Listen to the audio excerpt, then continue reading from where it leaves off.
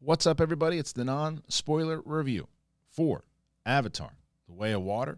It's the sequel to the monumental, super successful Avatar, the James Cameron 3D blockbuster hit that is still now the #1 movie of all time. But now Avatar: The Way of Water is the sequel. As I mentioned, it's a non-spoiler. And do me a favor, you're brand new to the channel and you've never been here before, do me a favor and subscribe. We're trying to get to 70,000 by the end of the year. Hey, it'll be a Christmas present if we can do it. Right now we have 61,000. So hopefully 9,000, we can do it. Hey, Merry Christmas to me. Anyway, let's get into it. This is the review. If you saw my out of the theater reaction, I was raving about this movie. And then after thinking about it, I continue to rave about this movie. It is visually stunning. Everybody knew that you're going to say that. You can predict that people are going to say, well, that's the thing. It's so visually stunning. It's amazing. That's what James Cameron does. That's what he did in the first one, and that's what the experience was. That experience is still there. When you go to the theater, and yes, I saw it in 3D IMAX, and I believe that is the way to see it. If you can see it that way, you should. If not 3D, definitely. If you can't take 3D, then it is what it is. But it is meant for 3D, and it's meant for this viewing. This is what really pure 3D is, because you just feel like you're there. Now, this movie is like 3 hours and 10 minutes. The time did not weigh on me at all, because I am okay with just staring at certain visuals inside of it. And we'll get to the story and we'll get to everything else in just a moment. But the visual part, does it deliver as it was promised to? It does. The underwater stuff is just, you feel like you're there. You feel like you can touch the fish. You can feel like you're swimming underwater. You feel like that you're, whether it's you're in the forest, you're in the water, you're in the trees, wherever you are, you're there. And I think that that's what I remembered about the 2009 experience, and I certainly remember it now for this one. And it paints such a pretty picture of this different planet, and I believe that it's real. So the visuals, we know. And so the story itself. Now, as I mentioned in my out of the theater reaction, and I'll mention here, I really like the first movie a lot. And yes, if anybody's going to say to me, well, it's Dances with Wolves, it's Fern Gully, it's this, it's that, I'm not going to disagree with you. It does, but there's a lot of other movies, whether it's Star Wars or these other movies, that have taken movies from the past and made it their own. Now, again, I think that it was a very enjoyable first experience. This one is definitely, not a little more, it stands on its own for sure. And it's more about family. And I would even venture to say that I think I like this one more. I'm going to see it again. I want to see the second one for sure, again for a second time, because emotionally it really got me, and it got me twice in two spots. And it's because of it's the family dynamic of what's going on now with both Neytiri and Sully. Obviously, they, at the events of the first movie, they are now living on Pandora. They have children. They are raising the children, and they're teaching them in certain ways. Sully is part of the culture now, and he is teaching them how to be, how to live among the people, and also take a lot of the stuff that he learned growing up in his military style when it's needed to be. And what I really liked is everybody knows Stephen Lang is back as Quaritch, and of course, well, how are they going to bring him back? I love the way that they did that. And there's certain things inside of this movie in general that they explain that I go, oh, because people were going to ask that question, and that was answered right away.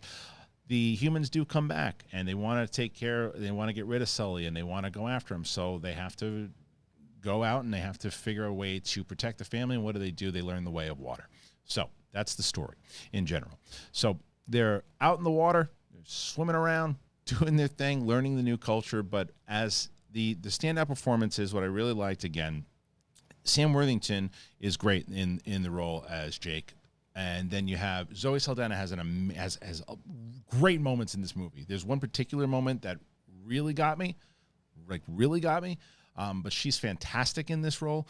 Stephen Lang, once again. Sigourney Weaver plays an amazing part. The old faithfuls are there. Kate Winslet, she shows up in this new role as Renal, I believe, is the, I don't know if I pronounced that right or not, but she's Kate Winslet.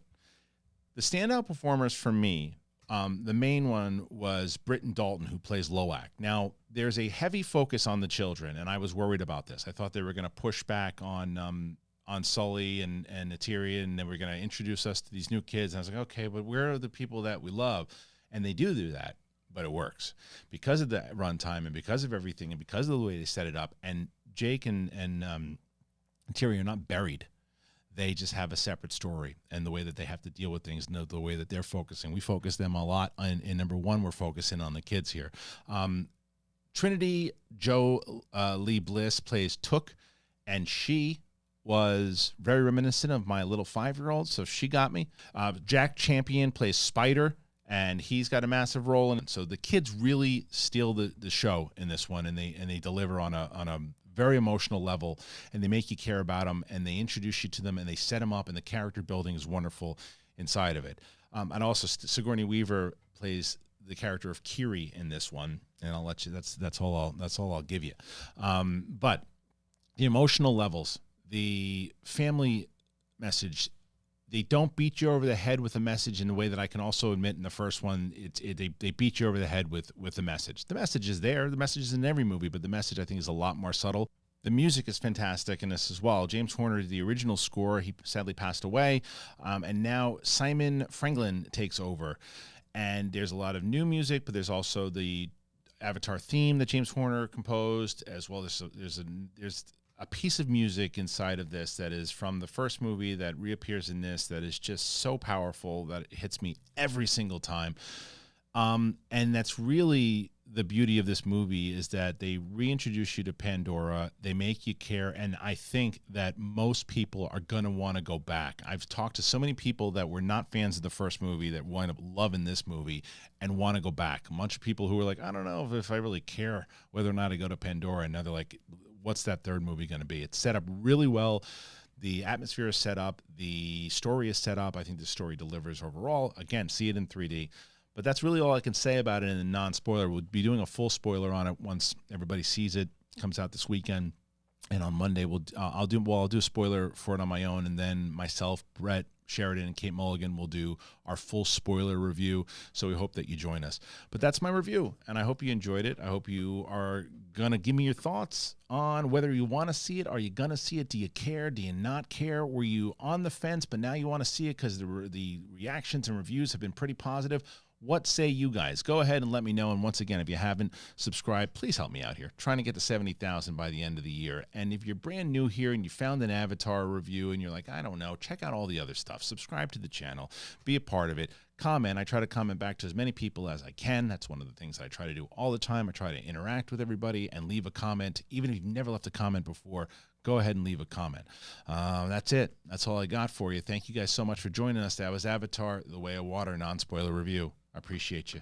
Peace.